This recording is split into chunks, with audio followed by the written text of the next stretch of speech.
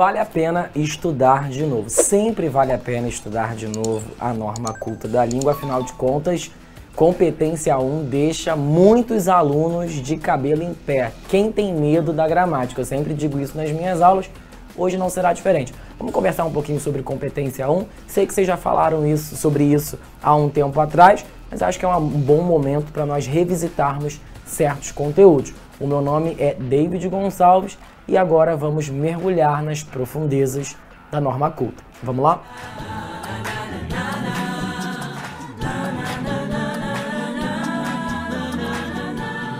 Bom, gente, competência 1 sempre foi um calo para muitos alunos, uma pedra no sapato. Por quê? Porque envolve o conhecimento de língua que você tem. Então, todos aqueles problemas que você tinha ao longo da sua formação escolar com concordância, regência, acento indicativo de crase, esses problemas vêm bater a sua porta novamente, porque é nesta competência que o corretor vai inspecionar para ver se você consegue dominar a norma culta do jeito que a gramática nos cobra. Então, infelizmente ou felizmente, precisamos falar sobre isso, porque por mais desconfortável que seja e por mais doloroso que seja para muitos alunos, é uma competência muito importante e, claro, né, garante aí 200 pontos para a gente na nota final.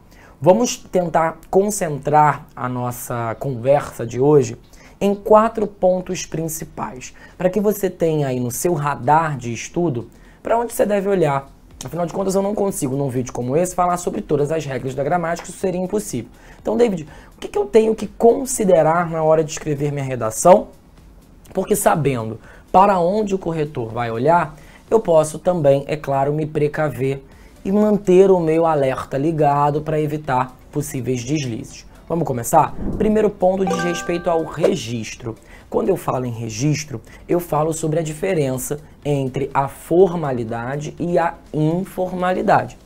Imagino que você saiba que numa redação, num contexto de vestibular, o que se espera é que o aluno seja absolutamente formal. Quando eu digo absolutamente formal, não é que você precisa usar uma mesóclise, não é que você precisa fazer ali um uso da língua ultra formal, digamos assim, né? Não é necessário. Basta que você esteja dentro do jogo da formalidade.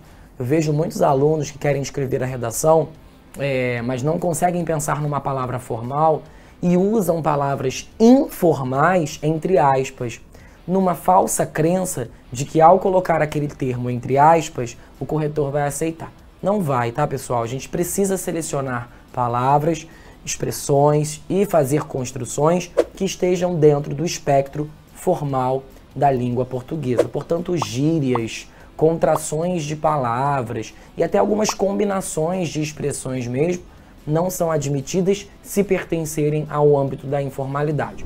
Segundo ponto que não pode sair da sua preocupação são os erros gramaticais. E aqui não tem para onde correr. Concordância verbal e nominal, regência verbal e nominal, paralelismo sintático, paralelismo semântico, paralelismo morfológico, ortografia também será observada. Pessoal, tem que observar todas essas regras. Putz, mas eu acho muito chato, eu não gosto desse papo, eu não gosto de sintaxe, oração subordinada, oração coordenada, mas não tem para onde correr. Se você não entende bem, por exemplo, sobre oração subordinada, provavelmente você vai ter sérios problemas de pontuação. É isso mesmo, a pontuação tem uma relação íntima com a sintaxe da língua. Já se perguntou por que tantos alunos têm dificuldade com vírgula? Sim, porque tantos alunos têm dificuldade com sintaxe. E aí acabam colocando a vírgula quando respira, não é isso que a gente diz? Respira um pouquinho e coloca a vírgula ali.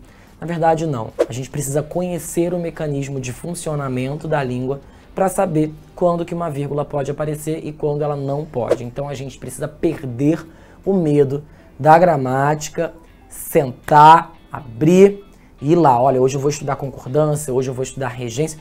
Não tem como você pegar a gramática e fazer uma leitura completa. Isso não existe. Ninguém vai estudar de ponta a ponta a gramática. Define um plano de estudos, um projeto mesmo. Olha, definir, estudar esse conteúdo para esse dia, esse conteúdo para o outro, e assim você vai dissecando aos poucos. Chegou no final do ano, talvez você não tenha conseguido ver tudo, até porque nem precisa. Mas você viu boa parte daquilo que você está errando. Outra preocupação que vocês devem ter é com relação às convenções de escrita, separação silábica, principalmente de separação silábica, verificar ali se a grafia das palavras está perfeita, nos dígrafos principalmente RR, SS, LH, NH, XC, SC, são momentos em que a gente fica na dúvida, né, que palavra, que letra que coloca, que coisa que coloca. É importante passar um olho nisso também, separar as sílabas corretamente, diferenciar as maiúsculas das minúsculas. O corretor do Enem estará ligado em tudo isso. Então a gente já falou sobre as questões de registro, a gente falou sobre as questões gramaticais, a gente falou sobre as questões de convenção de escrita e, por último, precisamos falar sobre as questões de seleção lexical. Já pensou se na hora da prova, em vez de colocar a palavra retificar, você coloca a palavra ratificar? Bom, nesse caso, no ouvido é parecido, tanto é que você se confundiu, mas na prática, o conteúdo semântico desses verbos é muito diferente. Enquanto ratificar tem a ver com uma noção de confirmação, retificação tem a ver com uma noção de conserto, de ajuste, né, em que você errou alguma coisa. Então reparem que são quase verbos antagônicos, porque se em um você confirma, o outro você quer consertar. O aluno trocou uma palavra por outra e acabou se complicando. Sabe aquele aluno que às vezes usa uma palavra mesmo sem saber muito bem do que se trata a palavra? Ou porque ele considera a palavra chique, ou porque ele considera a palavra bonita, ou porque ele viu alguém usando em algum contexto, achou legal e está colocando aquela palavra ali, mesmo sem entender a que se refere o conteúdo preciso daquele vocábulo. Tome muito cuidado, as seleções de palavras também são avaliadas e caso você confunda aí um pouquinho de macarrão com um poucão de macarrão, pode ser que você também venha a ser mal avaliado pelo corretor do Enem, tá? Então a gente precisa usar as palavras que a gente conhece, não é sobre falar bonito, tá? Se comunicar bem, nada tem a ver com falar bonito. Se comunicar bem é se fazer compreensível dentro daquele determinado contexto. Então, ai, professor, eu escrevi tantas palavras bonitas, coloquei umas palavras que ninguém nunca usou na redação. Putz, então temos um problema. Por que você está colocando na sua redação palavras que ninguém nunca usou? A ideia não é que eu vá até o dicionário buscar o sentido das palavras de uma redação. A ideia é que dentro de um escopo de formalidade, você use palavras que se façam compreensíveis ali dentro daquele contexto, que consigam, é claro, transmitir o sentido que você gostaria de transmitir. Além disso, vamos fazer aqui uma dica bônus para você. Tome muito cuidado com a qualidade da sua letra. A letra feia desconta ponto? Não, primeiro porque a noção de beleza ela é muito relativa. Então, para um corretor pode ser que sua letra seja feia, para outro corretor pode ser que seja bonita. O ponto aqui não é sobre ser feia ou ser bonita. O ponto é ser legível. Porque se eu não consigo entender o que você diz, como eu poderia avaliar sua redação? E às vezes, gente, uma palavra, ao não ser entendida, já causa um efeito drástico para o entendimento da frase inteira. Então, se eu confundir uma preposição, ou se eu não conseguir entender uma preposição, isso pode ter um efeito muito nocivo para o entendimento do seu texto. Então, tomem cuidado com a letra, tá? Porque ao não entender, você pode causar também um problema. Fiquem à vontade em relação ao estilo, pode ser cursivo, pode ser de forma.